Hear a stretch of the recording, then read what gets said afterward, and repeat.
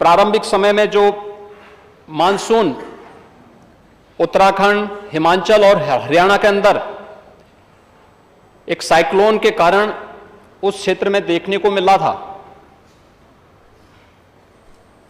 Himalayan नदियों में उस क्षेत्र में बाढ़ की स्थिति पैदा हुई थी। बाढ़ के कारण वहां पे काफी फसलों को नुकसान पहुंचा था।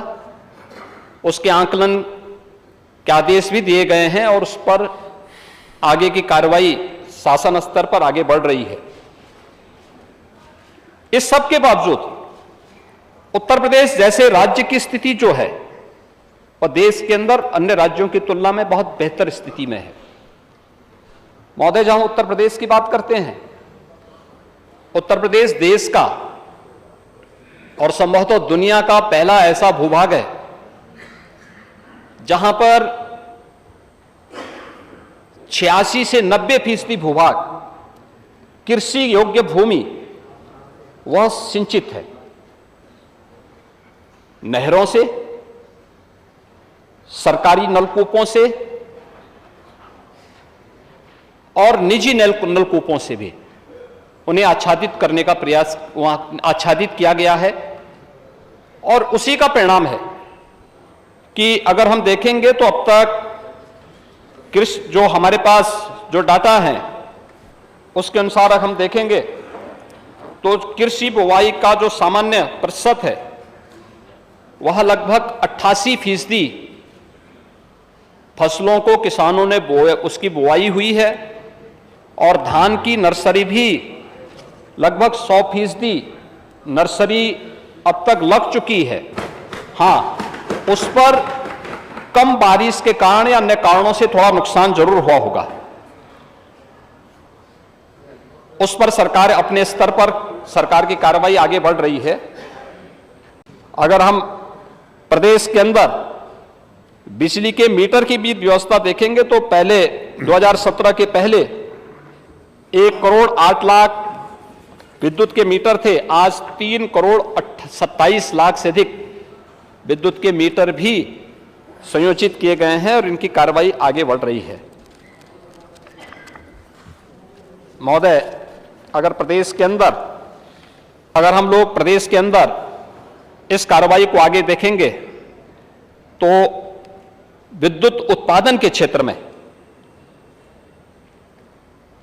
12 से 17 के बीच में 4,839 मेगावाट के विद्युत के उत्पादन की क्षमता इन लोगों ने अर्जित की थी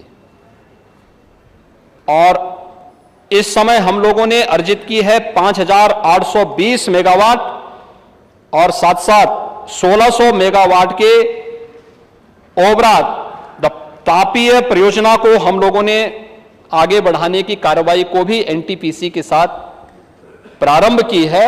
हमारा अनुमान है कि हम लोग बहुत शीघ्र इस परियोजना को आगे बढ़ाने का कार्य करेंगे और प्रदेश की आने वाली आवश्यकताओं की पूर्ति करने में ये इकाइयां महत्वपूर्ण भूमिका का निर्वहन करेंगे। माननीय मुख्यमंत्री जी, आपने देखिए, आपका हम सम्मान करते हैं। साथियों को जल्दी शपथ दिला देना, नहीं जो मेरे ही साथ आ जाए।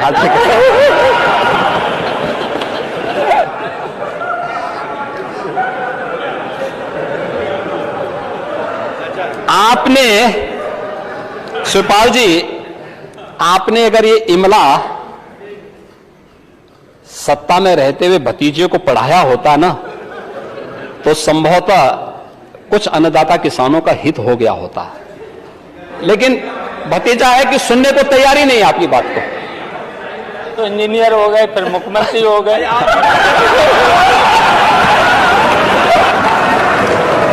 मुख्यमंत्री को भी पढ़ाई करा देनी चाहिए, कुछ ट्यूशन ले लो आप इनसे।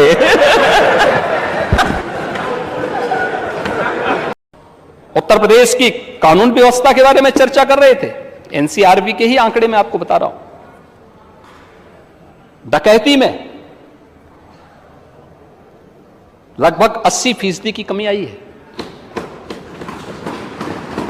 लूट में लगभग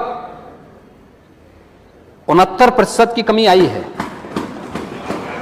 हत्या में लगभग 40% की कमी आई है। एनसीआरबी,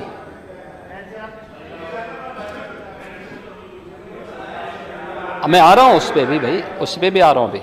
अभी मेरठ की जो बात आपने की है ना, उस पे ही मैं आ रहा हूं। बलवा में लगभग 61% की कमी आई है और रोड होल्डअप में 100% की कमी आई है। फिरौती के लिए अपहरण 70% कमी आई है। ये एनसीआरबी के डाटा हैं। हमारे पास हर कुछ परमानेंट है। हमारे यहां जो एक बार जारी जो एक बार बनता है वो पूरा कार्यकाल अपना पूरा करता है। लेकिन मैं पूछना चाहता हूं, आपके समय में डीजीपी का कार्यकाल और एक सामान्य प्रशासन की स्थिति क्या थी? एवरेज जिलाधिकारियों की जो, देखिए प्रशासन में जब तक स्टेबिलिटी नहीं आएगी तब तक आप विकास की प्रक्रिया को आगे नहीं बढ़ा सकते। आपके समय में 6 महीने थी, आज एवरेज 18 महीने है। यह पर्याप्त है जानने के लिए। और एवरेज के नियम को भी जानना है तो एक बार चच्चू के पास थोड़ा बैठिए तो और अच्छा गणित समझा देंगे।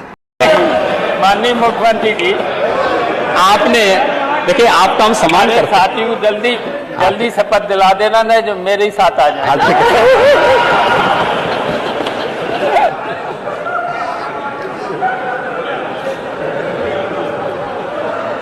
आपने शिवपाल जी, आपने अगर ये इमला सत्ता में रहते हुए भतीजे को पढ़ाया होता ना तो संभवतः कुछ अन्नदाता किसानों का हित हो गया होता। लेकिन भतीजा है कि सुनने को तैयार ही नहीं आपकी बात को। तो इंजीनियर हो गए, फिर मुख्यमंत्री हो गए।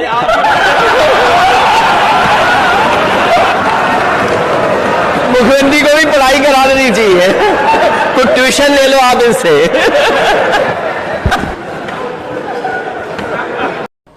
उत्तर प्रदेश की कानून व्यवस्था के बारे में चर्चा कर रहे थे। एनसीआरबी के ही आंकड़े मैं आपको बता रहा हूं। डकैती में लगभग 80% की कमी आई है। लूट में लगभग 69% की कमी आई है। हत्या में लगभग 40% की कमी आई है। एनसीआरबी,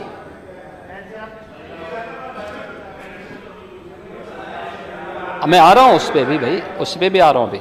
अभी मेरठ की जो बात आपने की है ना, उस पे ही मैं आ रहा हूं। बलवा में लगभग 61% की कमी आई है और रोड होल्डअप में 100% की कमी आई है। फिरौती के लिए अपहरण 70% कमी आई है। ये एनसीआरबी के डाटा हैं। हमारे पास हर कुछ परमानेंट है। हमारे यहां जो एक बार जारी जो एक बार बनता है वो पूरा कार्यकाल अपना पूरा करता है। लेकिन मैं पूछना चाहता हूं, आपके समय में डीजीपी का कार्यकाल और एक सामान्य प्रशासन की स्थिति क्या थी? एवरेज जिलाधिकारियों की जो, देखिए प्रशासन में जब तक स्टेबिलिटी नहीं आएगी तब तक आप विकास की प्रक्रिया को आगे नहीं बढ़ा सकते। आपके समय में 6 महीने थी, आज एवरेज 18 महीने है। यह पर्याप्त है जानने के लिए। और एवरेज के नियम को भी जानना है तो एक बार चच्चू के पास थोड़ा बैठिए तो और अच्छा गणित समझा देंगे।